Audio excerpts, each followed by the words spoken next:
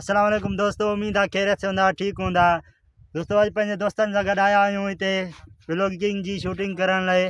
सो अगरि जे तव्हां नवां आया आहियो मुंहिंजे चैनल M&M मस्ती खे सब्सक्राइब कंदा ऐं बेल आइकन खे दॿाईंदा।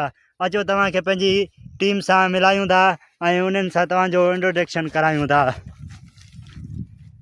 दोस्तों ही मुंहिंजी टीम आहे जंहिंमें असीं व्लॉगिंग करण आया आहियूं ऐं उन्हनि जा कुझु तुंहिंजो नालो छा आहे भाउ? साईं अंब खान। तव्हांजो भाउ नालो छा आहे? दिलो खान। साईं साईं तव्हांजो नालो? साईं मुंहिंजो नालो आहे वांगड़ खान। तव्हांजो नालो? मुंहिंजो साईं नालो आहे केलो खान। साईं मुंहिंजो नालो आहे बेलचो खान। सो दोस्तों ही सभु मुंहिंजी टीम जा मेंबर आहिनि साईं मुंहिंजो नालो आहे बेलचो खान। व्लॉगिंग जे लाइ ऐं उन्हनि खां तव्हां जेका पंहिंजी राय पुछूं था त उन्हनि जो छा मनसूबो आहे? हा भाउ जी साईं। तव्हां कीअं आया हुआ अॼु हिते? साईं असां हिते व्लॉग ठाहिण आया आहियूं यूट्यूब जे लाइ।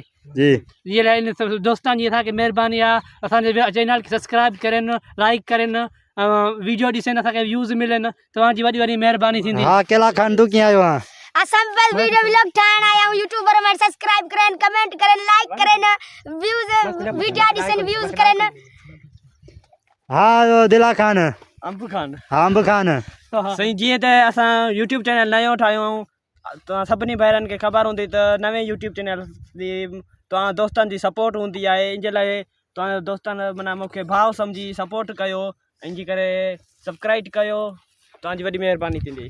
सो दोस्तों अवी ॿुधो छोकिरनि जी छा राय आहे ऐं मुंहिंजी टीम जा मेंबर छा चई रहिया आहिनि। सो तव्हां सभिनी खे वरी बि गुज़ारिश कंदासीं जेको आहे चैनल खे सब्सक्राइब कयो, लाइक कयो ऐं बेल आइकन खे दॿायो। महिरबानी ऐं बाद में मिलूं था।